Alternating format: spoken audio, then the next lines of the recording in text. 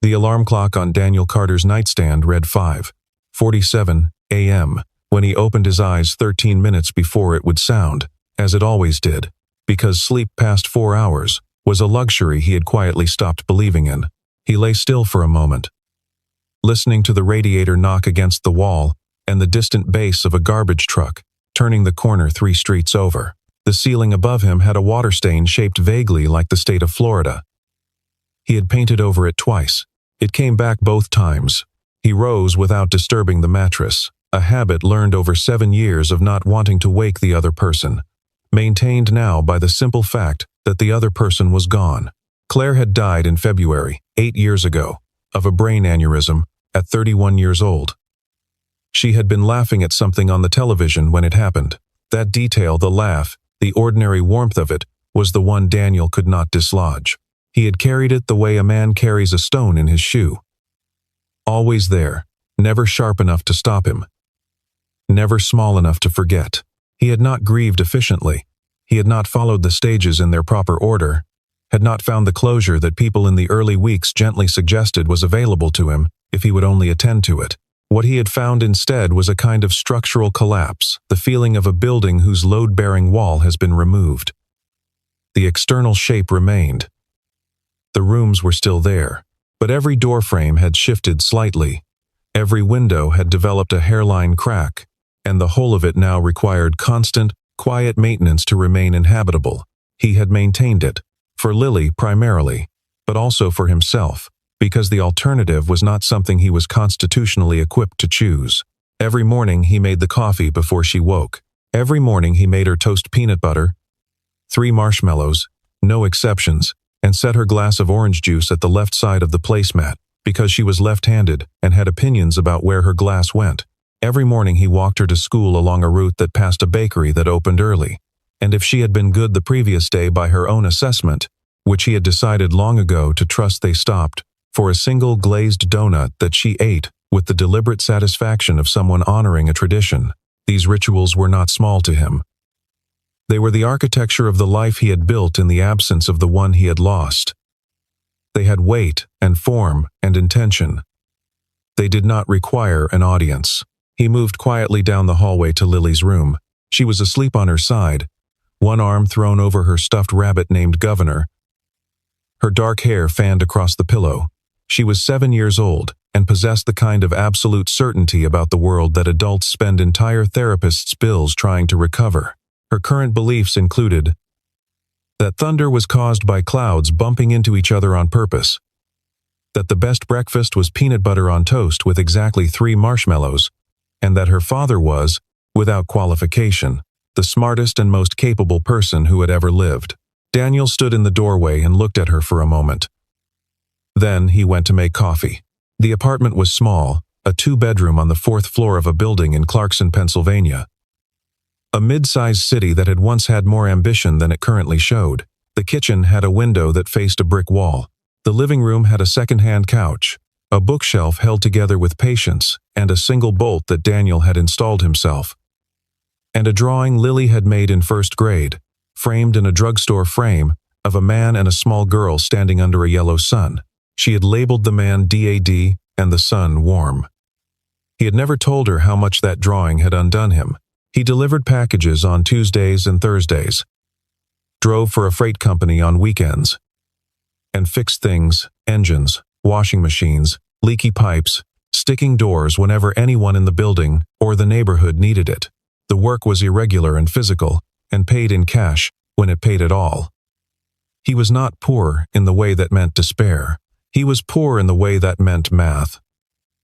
The quiet, constant arithmetic of whether this week's income covered this week's outflow, with a narrow margin that required attention, the way a campfire in dry grass requires attention. He had not always lived this way. Before Claire died, Daniel had worked in financial technology, product architecture, infrastructure investment, the kind of work that involved airports and conference rooms and numbers with many zeros. He had been, by some reasonable measures, exceptional at it. Not because he was ruthless or brilliant in the way the industry celebrated, but because he had a particular gift for seeing what other people overlooked. Structural weaknesses, undervalued positions, the quiet logic beneath the noise. After Claire died, he had stopped. Not gradually, not with a plan. He had simply stopped appearing. Stopped returning calls, closed his accounts, dissolved his contracts. The people he had worked with had initially been confused, then irritated, then they had moved on, as people do, because the market does not pause for grief. The day he cleaned out his office, he had taken almost nothing. A photograph of Claire, taken at the coast the summer before she became pregnant with Lily. A coffee mug from a conference he had attended in Boston in 2014. His badge, which he had clipped to his jacket every morning for 6 years, which he put in a desk drawer at home and had never looked at since. The rest, the awards, the deal memorabilia, the framed citations he had left behind. He had not been sentimental about them. He had been sentimental only about the photograph, and even about that, he had felt something complicated. Relief and guilt at the relief, and beneath both of those, the quiet animal exhaustion of a man who has been operating at high intensity for a long time and has suddenly, catastrophically, run out of a reason. He had moved, changed cities, chosen Clarkson, Pennsylvania, with the mild randomness of a person who had no strong preference about where they ended up and was primarily concerned with finding a school district where Lily would not be overwhelmed. He had taken work as it came. He had discovered, in those early years, that he liked working with his hands, liked the clarity of problems that had specific, physical solutions, liked the absence of the performance that had characterized his previous professional life. What none of them knew, what almost no one knew, was that in the year before Claire's death, he had quietly restructured his assets, not out of premonition, but out of habit. He had never liked visibility, had never trusted the kind of wealth that required performance. He had established a private investment trust, anonymously maintained, managed through a third-party administrator, and he had let it run. He poured his coffee. The mug said "World's Okayest Mechanic." Lily had given it to him for his birthday. The envelope had arrived 3 days ago. He had set it on the kitchen counter and looked at it the way you look at something you are not ready to open. It bore the insignia of the Meridian Foundation, one of the city's legacy charitable organizations, large enough to matter, old enough to have its own mythology. The gala invitation inside was printed on heavy cream stock with gold-embossed lettering, formal dress, dinner, benefactor recognition. He did not know why he had been invited. That was, of course, not entirely true. He had told Lily about it that evening, mostly to see what she would say. "Can we go?" she had asked immediately. "It's a fancy party. I know what fancy means." She was eating her marshmallow toast. "I want to see you at a fancy party, Dad. I want to see what you look like there." He had watched her for a long moment. She watched him back with enormous seriousness. "Okay," he said. "Okay? Yeah, we'll go." She had returned to her toast with the calm satisfaction of someone who had never doubted the outcome. Daniel stood now at the kitchen window with his coffee, looking at the brick wall, turning the envelope in his hand. He thought about Claire. He thought about what it meant to return to something after a long absence. He thought about what Lily had said. "I want to see what you look like there." And he felt something shift in his chest. Slow and tectonic. He drank his coffee. The radiator knocked. The city woke outside. The Meridian Grand was the kind of hotel that made a point of its own age. Marble floors, high ceilings, chandeliers that had been cleaned and recleaned so many times their crystals had taken on an almost aggressive brilliance. The event was held in the main ballroom. And as Daniel and Lily approached through the lobby, he could hear the low register of the room before he could see it. The murmur of 50 simultaneous conversations, the subdued clink of crystal, the particular acoustic weight of people performing ease. The lobby itself was a gauntlet of quiet appraisal. A bellman near the entrance registered their arrival with neutral professionalism and opened the door without comment, which was the most professional response Daniel had encountered in the 3 minutes since they had gotten out of the car. 2 women in the lobby, both in floor-length gowns, both with the particular posture of people who had attended many events like this one, had a brief murmured exchange as Daniel and Lily passed. He did not catch the words. He did not need to. Daniel wore a dark suit that he had bought years ago and dry cleaned twice since. It fit reasonably well. Lily wore a navy dress with small white stars that she had chosen herself from the sale rack at a department store, and she wore it with the unshakable conviction of a person who understood that confidence and cost were not related. She held his hand as they entered. The room did not go quiet when they walked in. It was too full for that, too busy with its own momentum. But the people nearest the entrance registered their arrival in the way that rooms register something slightly irregular. A brief recalibration of attention, a fractional pause. A woman in emerald silk spoke behind her hand to the man beside her. A man in a tailored charcoal suit glanced over and away with practiced incuriosity. Daniel kept his pace even. He knew what they saw. He had no illusions about it. The suit was good, but it was not this room's good. The shoes were clean, but they had walked real distances. He had the hands of someone who worked with them, not something you could hide in a room like this, where hands were for holding glasses and making gestures, not for turning wrenches at 7 in the morning. Lily pressed closer to him. "There are a lot of flowers," she said quietly. "There are," he agreed. "Riolones?" He looked at the nearest arrangement, white peonies, and something tropical he didn't know the name of. "Real ones." She seemed to file this information away. A waiter circled with champagne flutes. Daniel took a glass of sparkling water. Lily accepted a small glass of what turned out to be sparkling cider, which elevated her mood considerably. Ethan Blake was easy to identify because he was the kind of man who occupied space as though space had been designed for him. He was perhaps 45, broad-shouldered, wearing a suit that had clearly been made for his specific body by someone who charged for the privilege. He was vice president at Carlson Merit Group, one of the larger financial conglomerates in the region, and he moved through the room with the unhurried assurance of someone who had never once had to wonder if he belonged somewhere. He noticed Daniel within minutes. It was not a look of hostility at first. It was the look of a sorting mechanism, a brief assessment that produced a result the man didn't bother to conceal. He said something to the two people beside him. One of them glanced at Daniel and smiled in a way that had nothing generous in it. Daniel did not look away. He looked at Ethan Blake with the same expression he used when examining a system that had been poorly designed, not angry, not impressed. Simply seeing it clearly. Lily tugged his sleeve. "Dad, there are paintings." "There are. That one looks like a mountain." "It does. Do you think it's a real mountain or a made-up mountain?" He looked at the painting, an impressionist landscape, muted blues and greens. "I think it's a real mountain someone painted from memory," he said. "So it's both." She considered this. "That's kind of sad, or kind of beautiful." She leaned against his arm. "Maybe both," she said. Ethan Blake approached them at the drinks table, about 40 minutes into the evening, with the unhurried confidence of a man who has never been turned away from anything. "Lost, sir?" he asked. The question was spoken pleasantly, with the particular precision of condescension polite enough that denial was difficult, clear enough that the meaning was unmistakable. The two men beside him watched with mild interest, as though they were observing something slightly amusing. Daniel turned to look at him. He took a moment, not the moment of a man who is confused, but the moment of a man who is deciding exactly how much of himself to give to this interaction. "Not particularly," Daniel said. "This is a private foundation event." Ethan gestured loosely at the room. "Invitation only." "I don't think we've met." "We haven't. And you are?" "Daniel Carter." The name produced nothing in Ethan Blake's face, which told Daniel what he needed to know about what Ethan Blake had and had not been paying attention to. "Well, Daniel."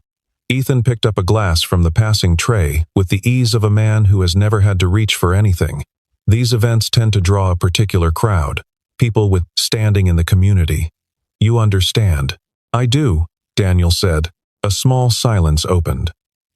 In it, one of Ethan's companions noticed Lily, her Navy Star dress, her cider glass, the way she was looking at Ethan Blake with the unfiltered attention of a child who had not yet learned to pretend she wasn't looking. The man smiled at her. Not cruelly, not quite, but with the particular condescension adults sometimes show children when they find the situation funny. Lily looked up at her father. Her expression was not embarrassment. It was something quieter and more serious than that. The first comprehension of a lesson she hadn't expected to learn tonight. She understood something had happened. even if she couldn't name it exactly. Her hand found his. Daniel looked down at her. He crouched to her level. Not in a hurry. Not in reaction to the men watching. He simply lowered himself until he could look at her directly.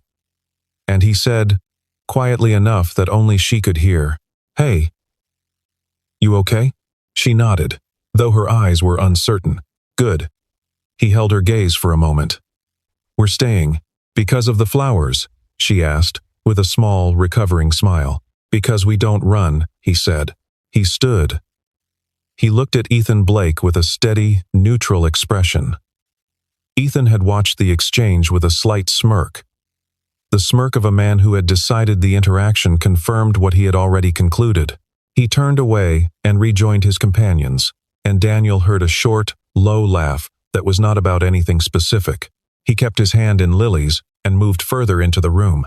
Victoria Hale had been the CEO of Hale Capital Partners for 4 years, which meant she had spent 4 years learning to distinguish between the people in a room who had power and the people in a room who performed it. It was a distinction that mattered, and she had made enough costly early errors funding confidence, dismissing quietness that the skill had become instinct. She was 36 years old. She had dark auburn hair that she kept severe, a face that people consistently described as unreadable, and she consistently regarded as professional, and a quality of absolute attention that some found unsettling, and she simply thought of as paying attention. She had been standing near the east wall, half listening to a conversation between 2 board members about a golf course renovation. When the man and the small girl entered the room, she registered them the way she registered most things. Quickly, without making a production of it. The suit was old, but worn correctly.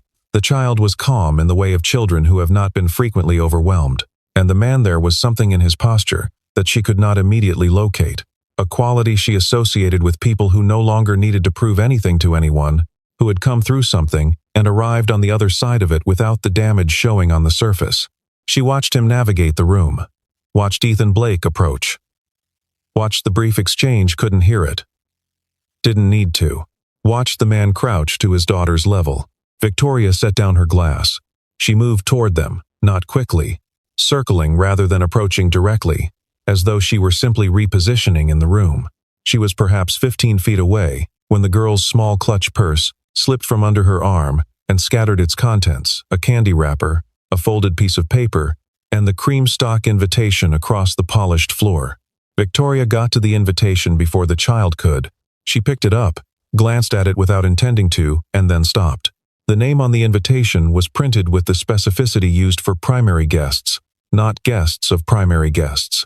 Daniel R. Carter. She turned the card over. On the back, in the small print of the Foundation's administrative notation, were 4 words. Benefactor designation. Category A. Category A. She knew what that meant. Category A benefactors were the reason the Meridian Foundation could fund anything at all. They were not the people who donated because it looked good.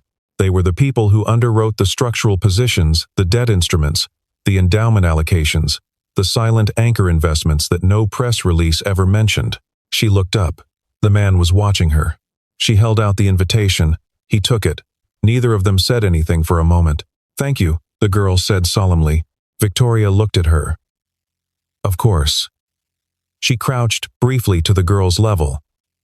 The same gesture the man had used, she noted, and wondered if she had copied it unconsciously or deliberately. Pretty dress. The girl looked down at it. "It has stars." "It does." She straightened and looked at Daniel Carter again. His expression was still neutral, but something in the set of his eyes was different now. She had seen the recognition in her face, and he had registered it. And he was deciding, she could tell, what to do with that. She gave him nothing to act on.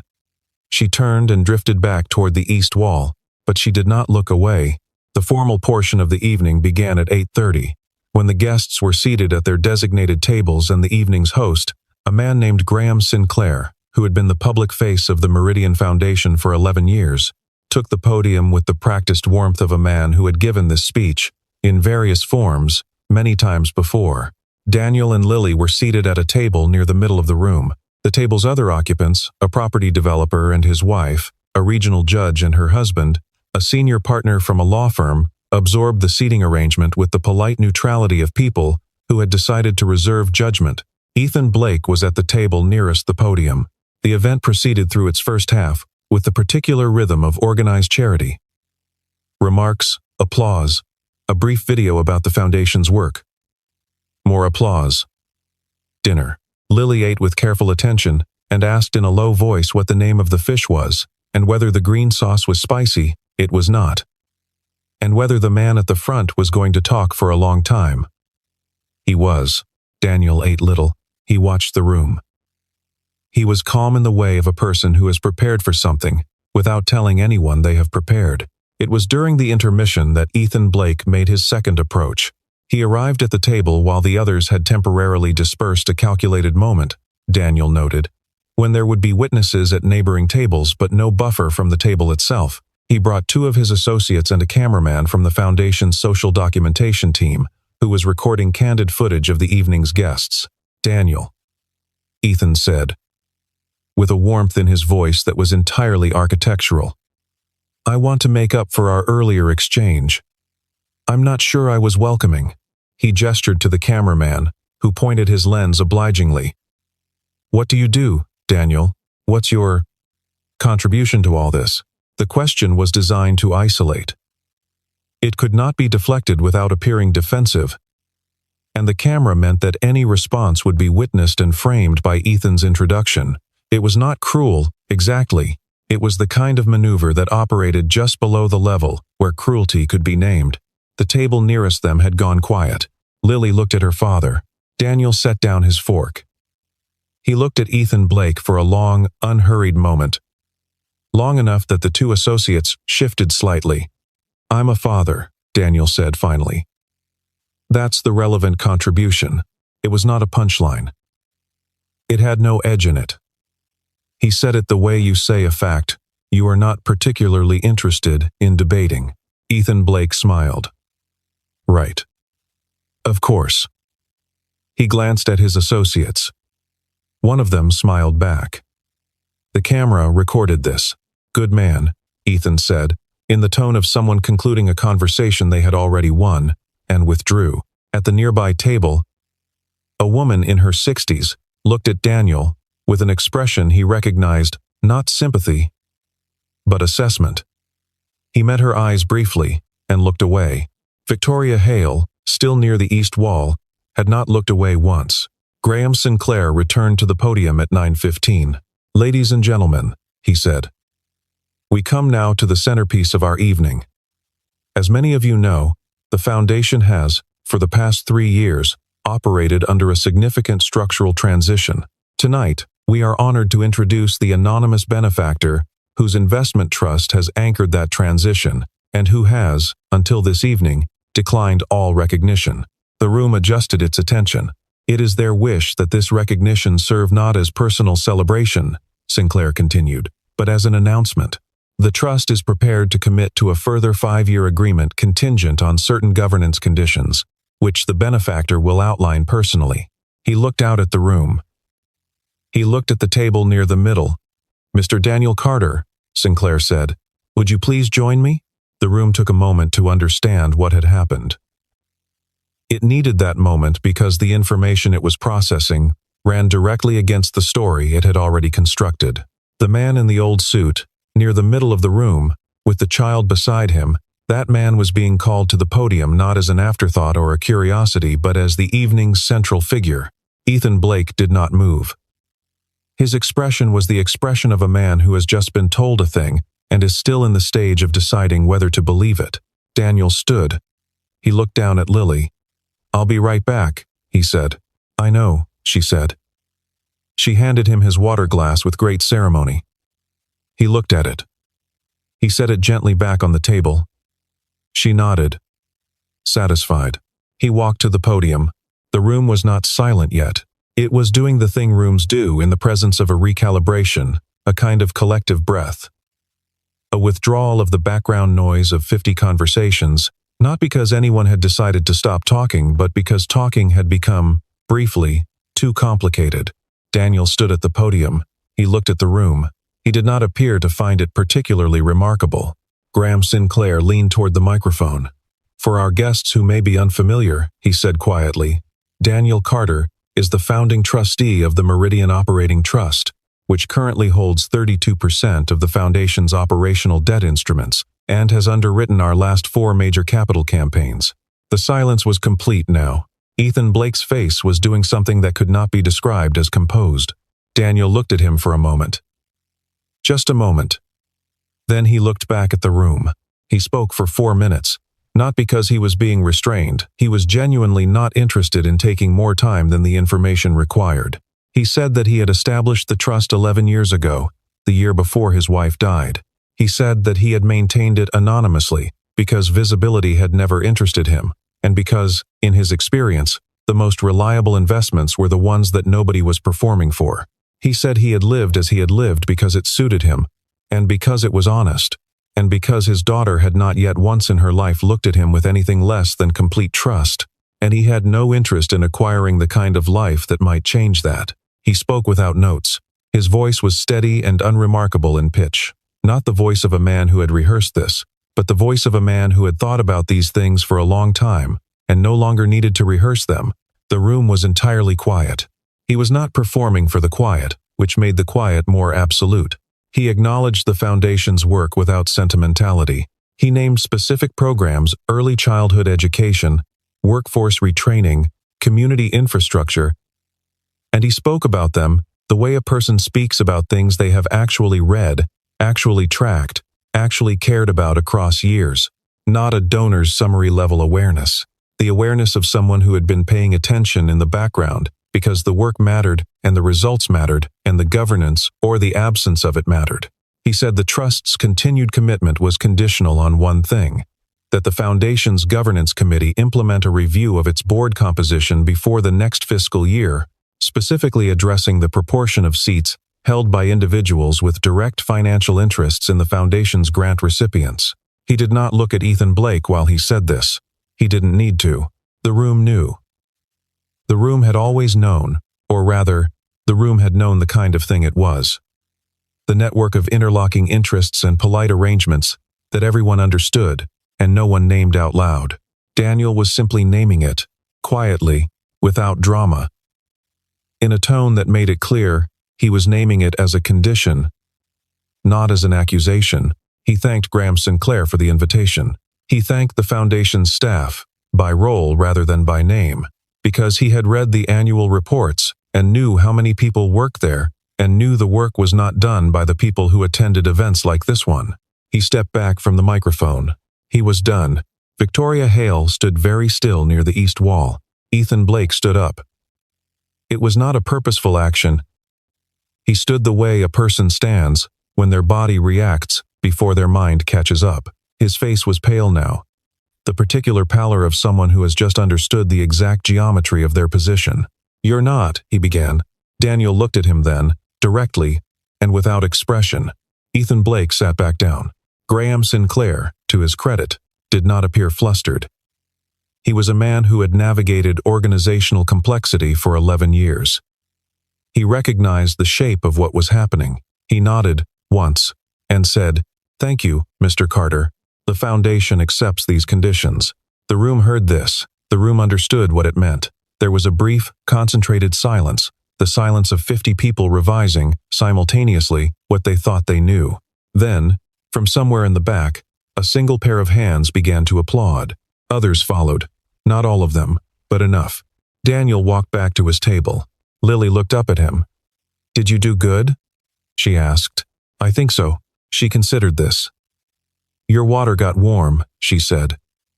"I should have held it." He sat down and smiled at her, not broadly, not performed, but with the full weight of a man who had just returned from somewhere and was relieved to be back at the specific table where his daughter was concerned about his water temperature. "Next time," he said. The formal program concluded. The room reconstituted itself into its post-revelation configuration, the careful redistribution of people according to revised assessments, the new geometries of who wanted to be seen speaking to whom. Ethan Blake did not approach Daniel. What happened to Ethan Blake happened quietly, and in stages. The way consequences tend to happen to people who have not paid attention to the structures around them. He had 3 board seats on foundation-affiliated organizations, 2 board members who had previously deferred to him reflexively, procedurally, out of the accumulated momentum of working relationships, stopped deferring within the same hour. The third did not stop deferring. The third left the gala early and made a phone call.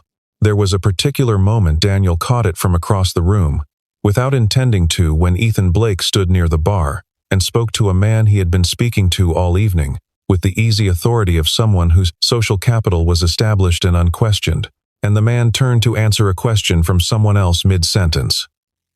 Not rudely, not conspicuously, but in the quiet way that rooms communicate revised assessments.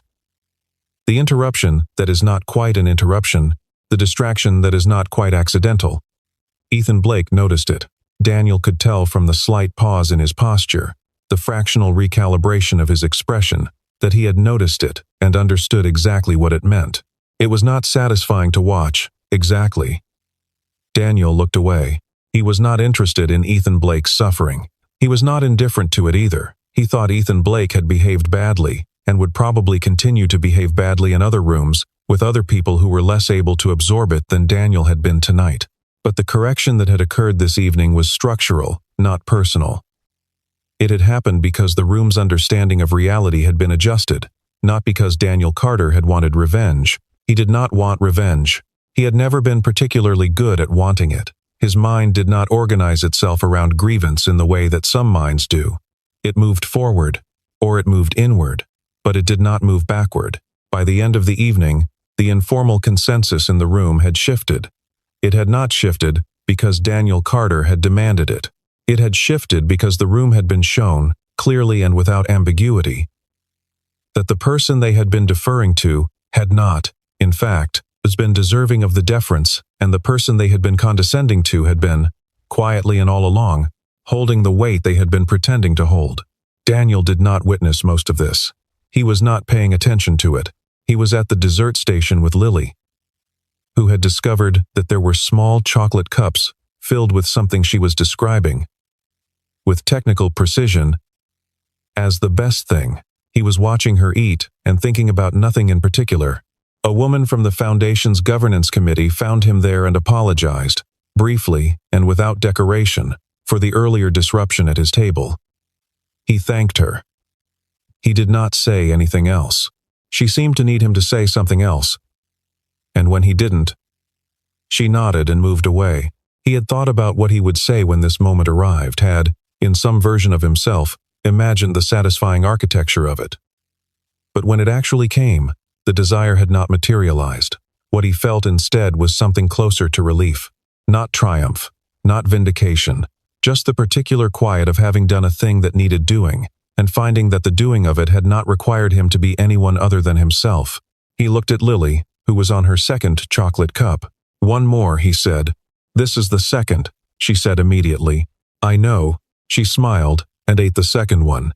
She found him near the exit, at 10:30, while Lily had fallen asleep in a chair near the coat check, with her head resting on her folded arms, and Governor the stuffed rabbit tucked under her jacket. Victoria Hale stood beside him, and they both looked at the sleeping child for a moment. "She's been asleep for about 20 minutes, Daniel said. "I won't be long," Victoria said. She was quiet for a moment. Not performing quietness, actually gathering what she wanted to say, which Daniel noted was a quality he had once been better at recognizing and had missed in the years when he hadn't been around people worth recognizing it in. "I want to be honest with you," she said. "I'm going to make a business case in a moment. And I want you to know before I do, that the business case is not the reason I'm here." He looked at her. "The reason I'm here is that I watched how you handled tonight," she said. "And I think you're one of the only people in that room, possibly the only person who understood that you didn't have to do any of it the way you did it. And you did it that way anyway." He didn't say anything. "The business case," she continued, "is that my firm is in the final stages of restructuring an infrastructure portfolio that has some significant exposure in sectors your trust has historically moved in. There's a natural alignment. I would be interested in exploring whether a partnership makes sense." She paused. "On your terms and timeline. No pressure and no deadline." Daniel looked at his daughter. Lily's breathing was slow and even, her face entirely relaxed. She had one hand still loosely holding the now empty chocolate cup. "My daughter comes first," he said. "In terms of how I structure time and what I take on. That won't change. I wouldn't expect it to," Victoria said. "It's not a small thing, by the way. To be someone a child trusts that completely." He looked at her then. Her expression was direct and, he thought, genuinely meant. "I'll think about it," he said. "That's all I'm asking." She reached into her small bag and produced a card, plain white, name and number, nothing else. She set it on the arm of the chair beside Lily. No urgency. She straightened and looked at him for a moment. "For what it's worth," she said quietly, "I knew something was different when you walked in. I didn't know what. I thought maybe I was wrong. Were you?" She allowed herself a small, precise smile. "No." She walked back toward the ballroom entrance. At the doorway she paused, not turning around, simply pausing, and then she was gone. He carried Lily to the car. She woke briefly when the cold air hit her, blinked, looked at him, and then closed her eyes again with the absolute trust of a child who knows precisely whose arms she is in and has no doubt about them. He buckled her in. He set Governor on her lap.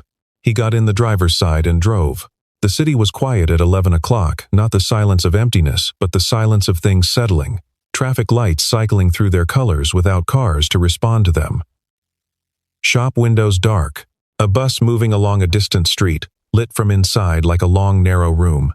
Daniel drove without the radio. He thought about the evening. Not about Ethan Blake. Not about the room's reversal. Not about the foundation or the governance committee or the 5-year commitment. He thought about the moment on the ballroom floor when he had crouched down to Lily's level and looked at her face. "We don't run." He had not said it for her benefit, exactly. Or not only for her benefit. When he pulled into the parking space behind their building and turned off the engine, Lily stirred. "Are we home?" she asked, voice thick with sleep. "Yeah." She was quiet for a moment, oriented herself. "Did you do the thing tonight?" she asked. "The thing the invitation was for?" "Sort of. Was it good?" He thought about this. "I think it needed to happen," he said. "That's probably a better way to put it." She considered this with the gravity of someone who takes language seriously. "Dad," she said, "why did all the people get so quiet?" When the man said your name, he turned in his seat to look at her. She was watching him with sleep-heavy eyes, and the complete sincerity of a person who genuinely wants to understand. "Because they were surprised," he said. "Why were they surprised?" "Because they'd decided what I was," he said. "And they were wrong." She processed this. "They thought you were just a regular dad?" He almost smiled. "Something like that. But you're not just a regular dad." He paused. "I am, actually. That's the main thing, I am." He held her gaze. "The other stuff is just what I do sometimes. Being your dad is what I am." She absorbed this with the careful attention she gave to most things that seemed important to her. Then she nodded once, satisfied, in the way of someone who has filed information correctly. "Okay," she said. "Can we have peanut butter toast when we get upstairs? It's almost 11 at night. With marshmallows." He looked at her for a long moment. The city was quiet outside. The heater clicked softly. Lily held Governor against her chest and looked back at him with absolute patience. "Yeah," he said. With marshmallows, he made the toast in the small kitchen with a window that looked at a brick wall. He put 3 marshmallows on each piece. Lily sat at the kitchen table in her star dress, with her coat still on, and ate with the focused contentment of someone whose evening has concluded exactly as it should. The apartment had looked different to him for a moment tonight. When he had thought about it during the drive home, seen it as the room would have seen it. The guests at the Meridian Grand, the people who had assessed him in the time it took to register his jacket and his shoes. A small apartment. An old couch. A child's drawing in a drugstore frame. He had looked at it that way for perhaps 30 seconds, and then the assessment had released him, and it had become again simply what it was. Home. The place where his daughter knew where everything was, and where his coffee mug lived, and where Governor the stuffed rabbit had a specific place on the second shelf of the bookcase that was his and only his, the place where the radiator knocked and the ceiling had a stain shaped like Florida, and the light was warm and low, and entirely adequate for everything that happened inside it. He had not been ashamed of it tonight, he realized. Not once. He had been braced for shame, had known it was something that might arrive, and had decided beforehand that he would not act on it. But the shame itself had not come. What had come instead was clarity.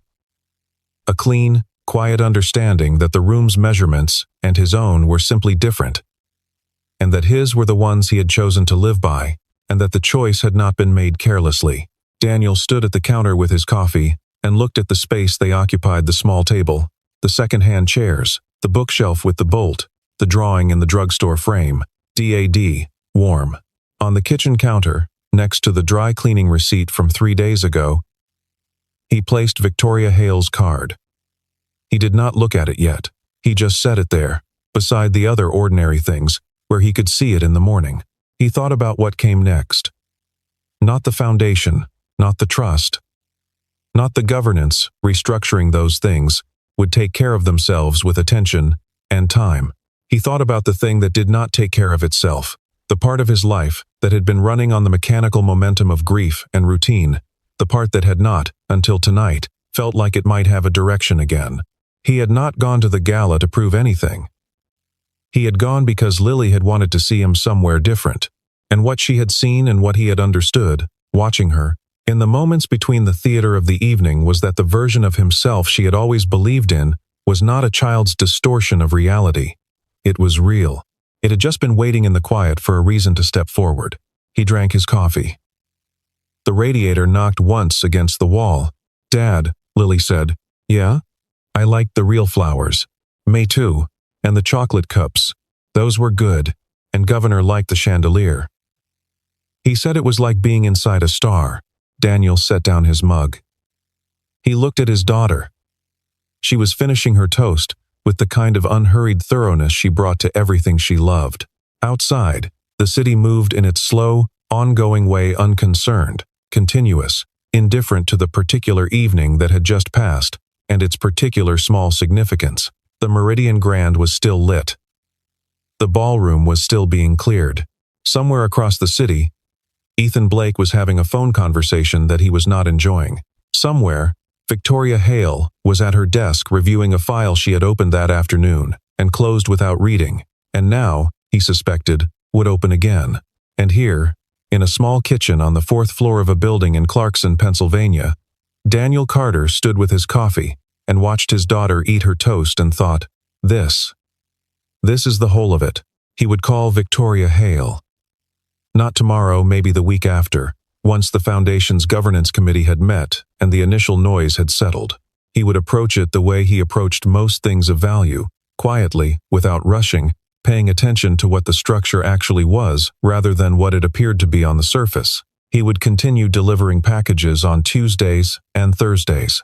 Not because he had to, and he knew that now, but because the work was real, and the mornings were his, and the routine was a thing he had built with his own hands in the wreckage of a different life, and it deserved to be maintained on its own terms, not discarded the moment a ballroom full of people revised their opinion of him. What people thought of him had never been the subject. Lily finished her toast. She looked at the empty plate with brief, fond mourning. Then she looked up at him. Beau, she said it was what she called him sometimes, a word she had picked up from somewhere and kept. Because she liked the sound of it. Because she thought it was how some people said Dad, and Daniel had never once corrected her. Yeah? Sometimes silence is the loudest truth, she said. He stared at her. She smiled just barely, with the corners of her mouth, in the way of someone who has been paying attention all evening and has waited for exactly the right moment to demonstrate it. I heard you tell the man in the suit, she said. When he asked why everyone went quiet, he hadn't said that to any man in a suit. He had thought it. Somewhere in the car. Somewhere in the quiet drive through the city. He was almost certain he had only thought it, but she was looking at him with those enormous, certain eyes, and he found, as he so often found, that with her, he could not be entirely sure where his thoughts ended and the world began. Yeah, he said, After a moment. Something like that. She climbed down from her chair and came to stand beside him and leaned against his arm. She fit there the way she always had, the specific weight and warmth of her, the top of her head at exactly the height it had always been and would not always be. He put his arm around her, and she leaned into it, and they stood in the kitchen while the last of the evening settled around them like something exhaled. He thought about Claire. He thought about her often, but not in the same way he once had. The acute, disabling way of the first years had softened into something more like accompaniment, a presence rather than an absence. He thought she would have found the evening both absurd and wonderful, would have wanted every detail, would have made him repeat the part about Lily and the chocolate cups at least twice. She had loved stories. She had loved the part where people surprised themselves. He thought, I'm still here. We're still here. And there is more road. The thought was not triumphant. It was simply true. And quiet. And sufficient, the way the most important things usually are. Lily yawned against his arm. Bed, he said. 1 more minute, she said. 1 more minute, he agreed. The city moved quietly outside. The light held steady. They stood together in the kitchen, the man and his daughter, while the minute passed. The radiator knocked. The city turned outside. The light in the kitchen was warm and ordinary and entirely sufficient.